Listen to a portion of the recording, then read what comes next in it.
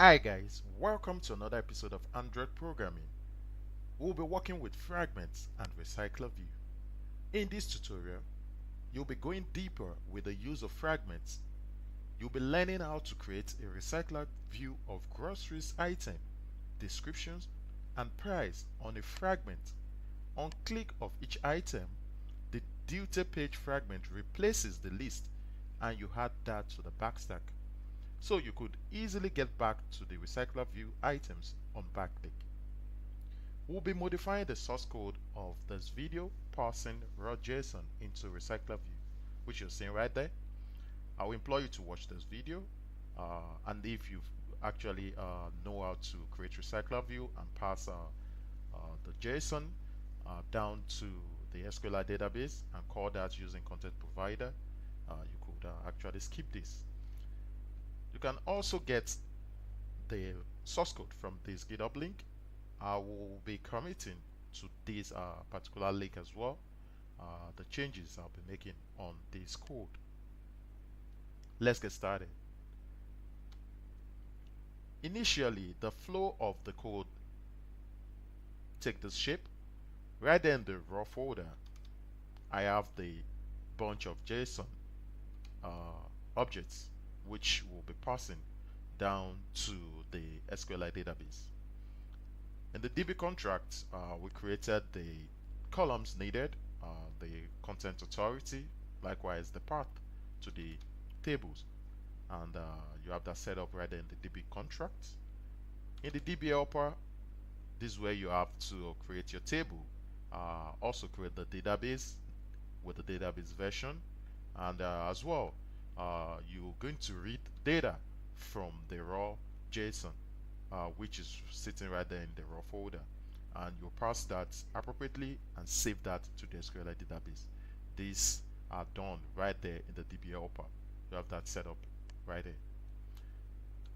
You have a provider which is built right on top of the SQLite database to make you access different columns, different values from the SQLite database easily without much glitches. So you have the CRUD implementation, the query, the read, the update, and the delete all set up right there in the menu provider. We've covered that right there in the first part of this video.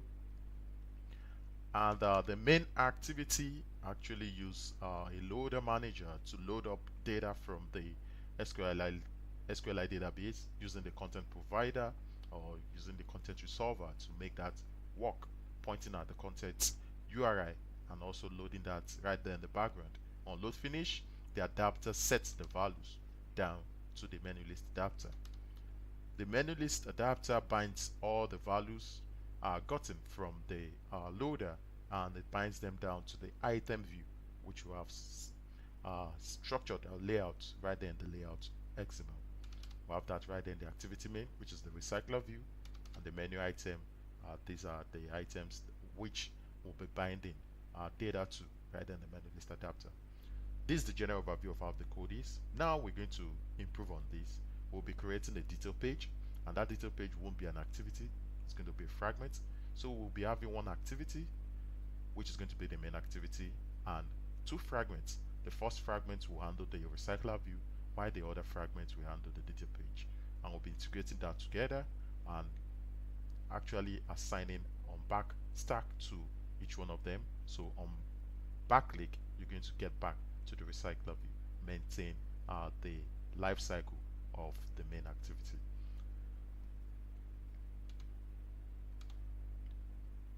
Modification has been done right there, so I'll be explaining how these are achieved. We still maintain all what we had, but we'll be adding more to the layouts XML. Now the activity main is going to take another shape. It's actually going to take away the Recyclerview, and we'll be creating a frame layout. A frame layout is going to be the portion where fragments will be replaced. So that portion is going to be loaded dynamically. Sorry, will be loaded dynamically, and you're going to have that set up with an ID of fragment frame. We have the frame layout set up right there in the linear layout and wrapped around with the coordinator layout. Let's look at the menu detail fragment. Firstly, we'll look at the menu fragment that has the recycler view, which we are familiar with right there from the first instance of this project. You have the recycler view set up with the list item, which we'll be having right there in the menu item. Let's get to look at the menu item of each recycler view item. We have for the first the image view, the item name, the price, and the category, description, and one more thing, finished. We have that set up right there in the items of each recycler view. Looking at the detail fragment now, the detail fragment is a card view where we can actually show further or like make those items broader, like passing an intent from one activity to the other. But this time we're not going to be passing an intent, we'll be using the bundle. We'll get there in the Chiefy. So we have the card view. Now we only need the title, the description. We actually made that in the card layout, and the price to display on click of each recycler view item. That's cool. So let's get to see how all these will be achieved right there in the Java classes. In the main activity, if you can see now, the main activity is shorter. We are not actually embedding a lot of codes right there in the main activity.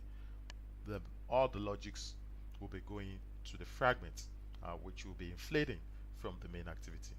The main activity extends the app compact activity, as we have seen, and in the onCreate method, you call on the layout activity main that houses the frame layout. Very important. And now you initiate the fragment, calling the menu fragment. Firstly, we want the menu fragment to display as the launcher. So we have that set up. You call on the fragment transaction. You get the fragment manager to begin transaction from the object of the fragment transaction, and you replace the frame layout ID, which is called the fragment frame, with the object of the fragment, which is the menu fragment you have.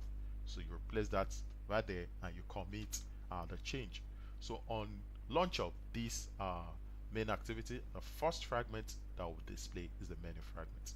So that's just what that means. So you can still handle the toolbar, the onCreate options menu, the on options item selected appropriately, just like the way you've been doing. And let's get to look at the menu fragment.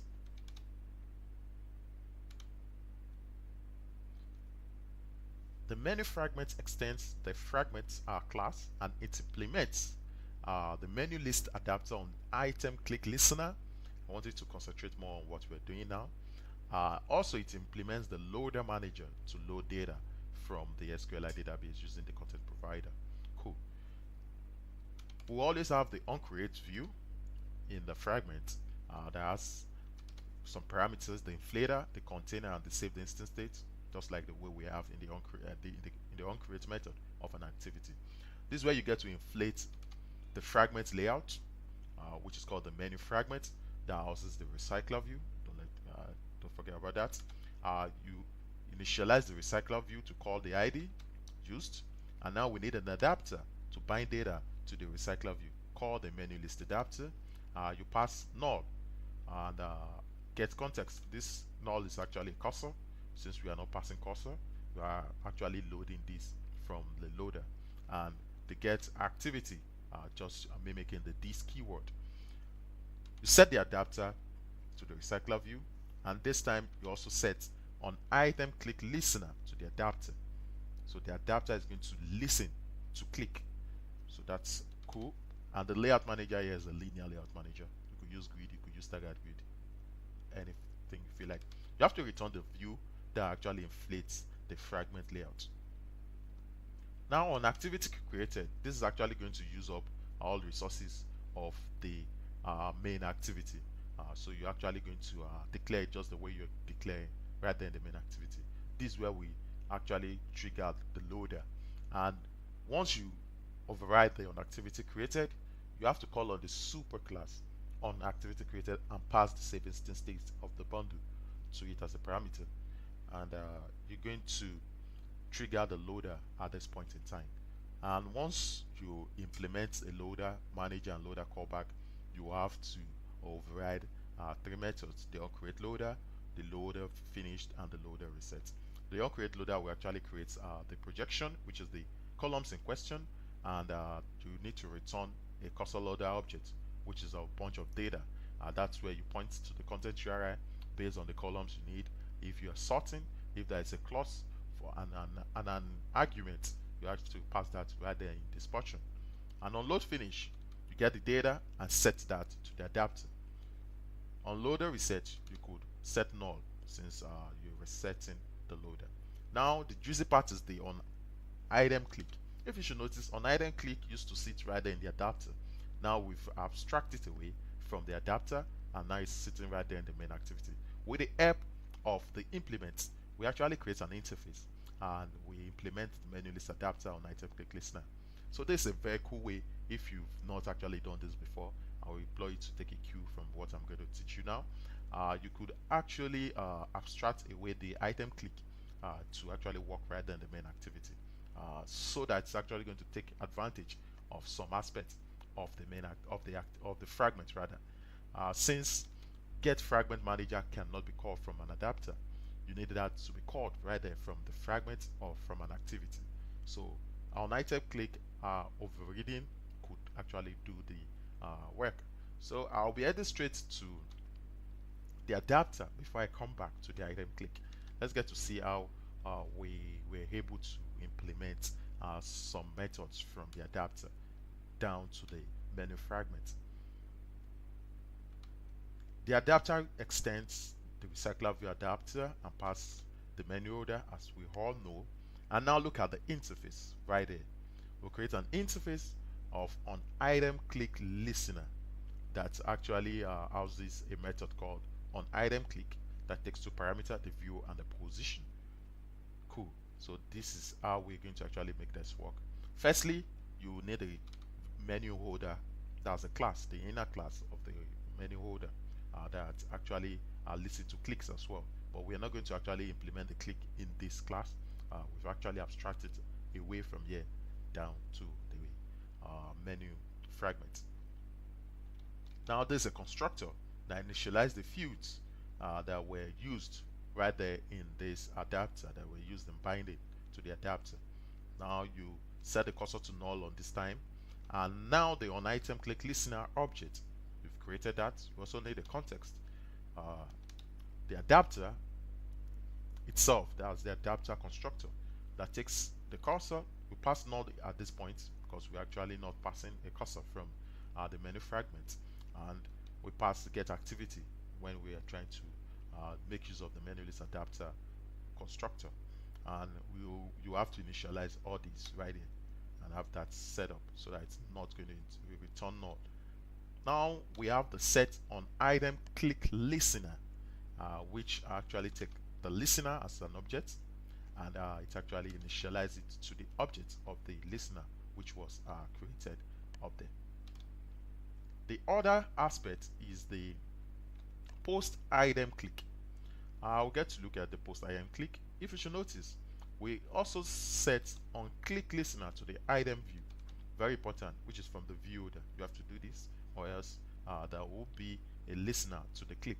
You have to set that right there instead of overriding the click OK, which we all did here. You're now passing words. You pass the post item click. This is where you could have done the intent and do some other back and forth, but now we are actually abstracting this down to the menu fragment. You pass the post item click. What will the post item click be doing? We'll get to look at that. The post item click is going to actually call the on item click to the click listener, and this is where you get the order item view. You've been able to hold on to the view and also get the adapter position. You need the adapter position, very important, so that you'll be able to know the index of the particular item. We have the set data that actually passes the cursor, and sometimes you can even replace the old cursor with a new one in this method, and you have to trigger the notify data set changed at the point in time. So if there's a change in cursor, this will actually make the data load dynamically. In onCreate loader, we have the menu item. We still have to push bind data to the items right there on the recycler view. So we still have that setup. And on bind view order, you have to iterate through the cursor and have to move to position. You have to move to the first position to start iterating data. From that, you get a column index. You pass that to an integer variable, and at the same time you use that variable to get the appropriate data using its get data type: get string, get double, get int, get long, and you pass that down to a variable, and this is where you use the order and the menu name, or that's going to be the views. If you should notice the text views, which will be initialized, and you have that bind data to it. You have the order and set the text. You set the text, you have that set the text to the appropriate views. That's how that works. The get item count will actually calculate the general number of items right there in the cursor. So it's going to actually know each object of the cursor. So that's what the get item count does. We have the get item by the position. This will actually use the menu model. Let's get to look at that. We have that right in the data. We have the menu model that would declare all fields needed: name, description, price, category, ID, and photo. And now a menu constructor that takes in cursor as well as a parameter. And this is where you get to iterate through the cursor, extract the item, and pass it down to the variable declared up here. So with this keyword, you get that done. So you could see how we'll actually get the column index from the ID, which is the first. Get the long, pass that to use the cursor to extract that, and set that to the ID value long here, which we've actually set up. We're initializing it with data. That's just what we're doing right there. Back to the list adapter. So now once you move to position, you could actually start from the first index, and you could return a new instance of the menu with the cursor passed in. Now the get item by the ID. Now you want to, because we will be using content URI, we'll be passing URI as the bundle. We won't be passing extras. We'll just be passing URI, and with the URI we could identify the particular data, and we could use the content loader to load through that URI and extract data which is unique to that particular row in the SQLite database. Get the item with a position, now this time with an ID. This is unique to each entry in the SQLite database. So we'll be using the get item ID as a point of contact to each of the row. So let's get to look at how the main activity gets data on click of that. No, cool. It's the main fragment. The on item click, now you could override, and you have to implement, which I have said earlier, the menu list adapter on item click listener, and you need to set on item click listener to the adapter over here as well. So those lines are very important before you could make this on item click work. Now if you're passing an data from one fragment to the other, typically if you're using an activity, you pass an intent, you put extras, you can put pass label, you can put a string from one intent to the other. This time we're using fragments. You don't use an intent, you kind of use a bundle, which we'll be talking right there. First of all, you call the bundle class, you create an object from it called bundle, and now we want to pass the content URI. We have the current tags URI, which is going to be the present URI we needed. You call the content URIs, and you append it with an ID, since we need a single row. We are not passing all the bunch of data down. We just need a single on click of that particular item. We we're going to pick that same row and pass it down to a detail fragment. Now you call the content URI, because right there in the content provider we had two different paths. Firstly, for a single row, and secondly is for all of the data right there in the SQLite database. And we use the get item ID, as I've said earlier, right there in the adapter to map down to each of the row, and you now pass the position as a parameter right there, which you actually gets the position that you've actually clicked. If you click on the first index, 1, 2, so it will identify that, and now it's going to form a content URI, which you have right there from the DB contracts. I think yes, where you have a content URI. Cool, yeah, it's going to form this when you're building upon the base content URI, fine, which is unique to all rows. Now you append the path. You're appending the path of the entries to the build, which you also see in a menu provider. It's going to be these entries of an ID. Cool, this one with an ID. So this is how the path is going to be. It's going to actually have an ID assigned to it, the content URI, once it actually builds up.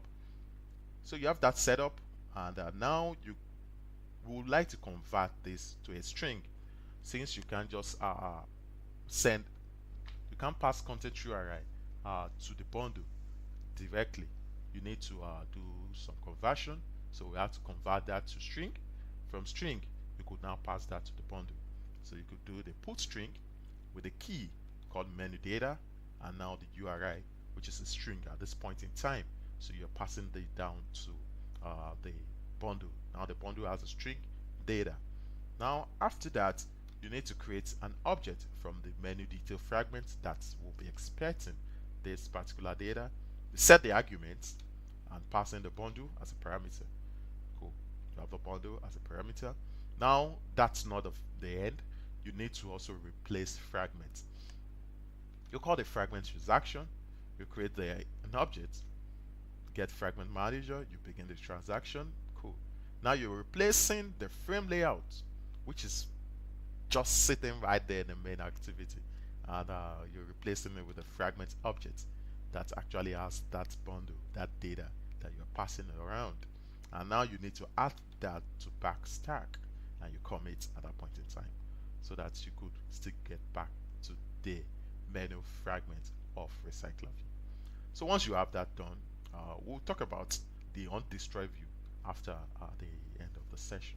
Let's get to look at the menu detail fragment. How you're now going to consume the parse data, and how you're going to actually get that extracted back. We'll get to look at that. It extends the fragment class. Now you still need a loader manager because we are going to have a URI which we'll be using as a content URI to load up data, so that we actually extract that particular row for us. We have the menu loader as usual. In the onCreate view, you're going to inflate the detail fragment so that we're going to have a layout to bind data to. You initialize the fields. Fine. Now you're going to test if the get argument is not equals to null. It mustn't be equals to null. If it's null, just move further. Don't do anything, so that it's not going to crash the application. But once it's not null, it's going to go further to get the string of the key. Can you see that? It's going to get that, and we have that as mname, as a variable mname. Now we need to convert that same string to URI. So you have to actually do this. You call URI parse with the name of that string. At this point in time, it's actually going to convert that string to URI for us.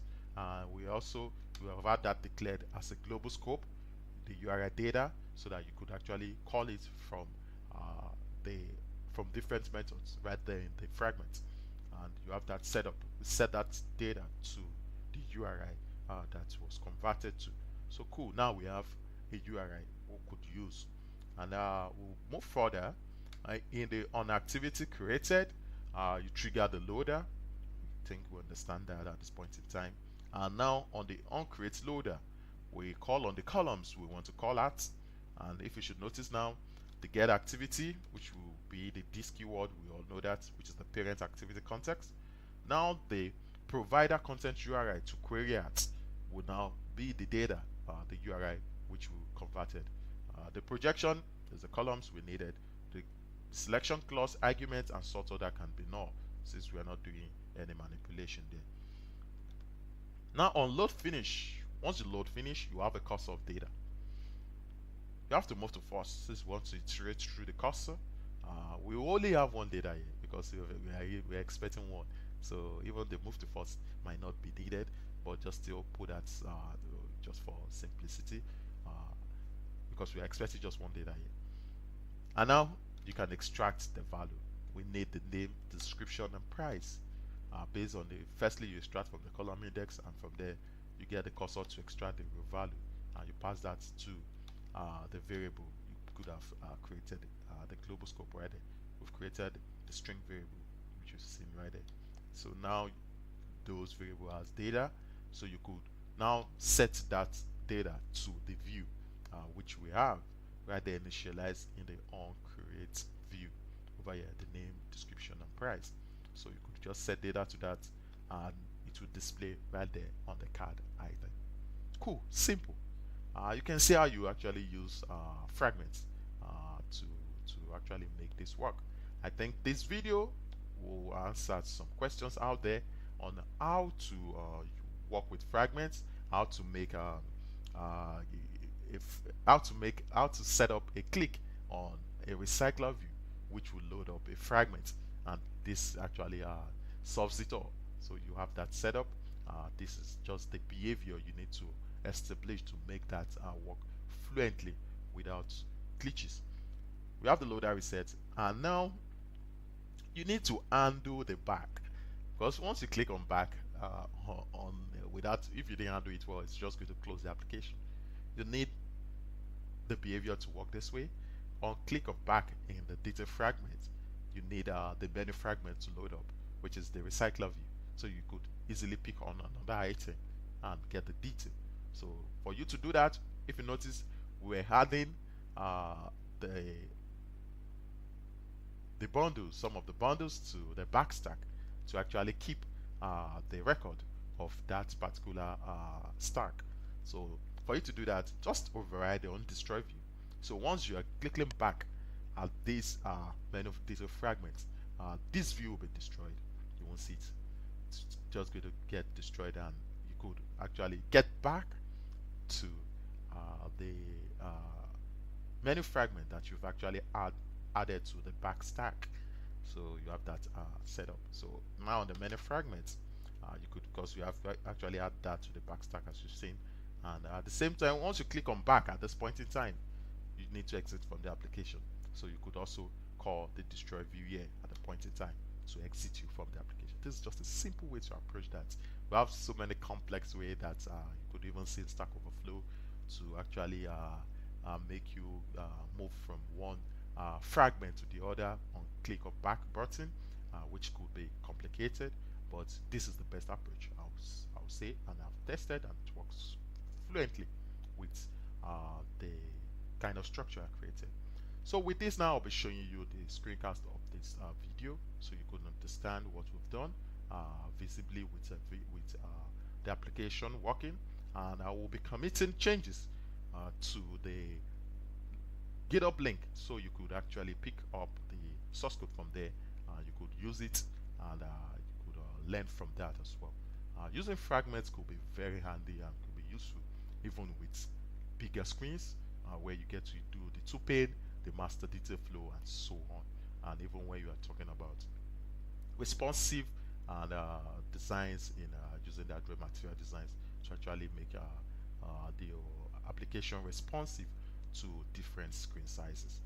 Fragments could be handy and useful at that point in time. Thank you guys for hanging out with me throughout this tutorial, and I will implore you to please subscribe to my channel so you could actually get more and more from me when it comes to Android development. Have a wonderful time. Bye bye for now.